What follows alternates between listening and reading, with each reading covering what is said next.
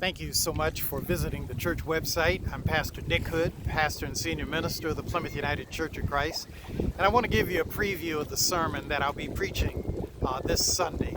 The sermon is entitled, Are You Prepared for Your Blessing? But I'm pairing that with something I just came across. I heard an interview a week ago on the radio where the interviewer was interviewing a young star of country music of all things, but he's paired his country music with hip-hop. And he says it started as a lark. He was in a recording studio in Nashville, Tennessee. Some of his musician friends teased him. They said, we're in Nashville, the seat of country music. I bet you couldn't make a country music song. He said, I bet you I can. They put up a little wager.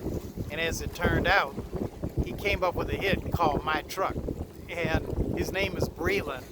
But that song starts as a country song where he talks about all the things in life that he could do without. But then he says, but the one thing I don't want is don't mess with my truck. And he went on to get about 22 million hits or views of listenings to his song. And I'm pairing that with a Bible verse from Numbers chapter 6:24, where I'm saying, raise the question, are you prepared for your blessing? A lot of us miss our blessings because we're asleep. We miss the blessing because we're not prepared. We miss our blessing because we're looking in the wrong place. And we don't realize that God has a blessing for each of us.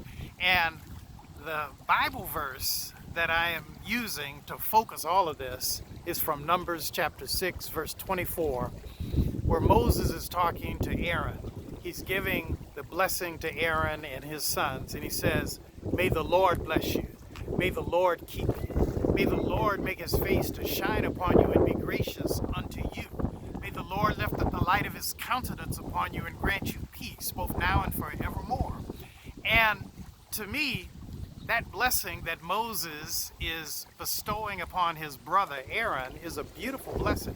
But the blessing is only as good as Aaron and his sons are willing to follow up on it. And in like manner, God has a blessing for you and for me. But the real question is, can we take advantage of it? Thanks again for visiting the church website. While you're at the church website, I hope you'll take a minute, scroll through. You can see examples of all the church programs that we have. Even in a pandemic, we still have programs. Number two, you can see the listing, a direct, not just the listing, but a link of all the podcasts that I've done. And, I just concluded on the book of Nehemiah. Now I'm reading the book of Job.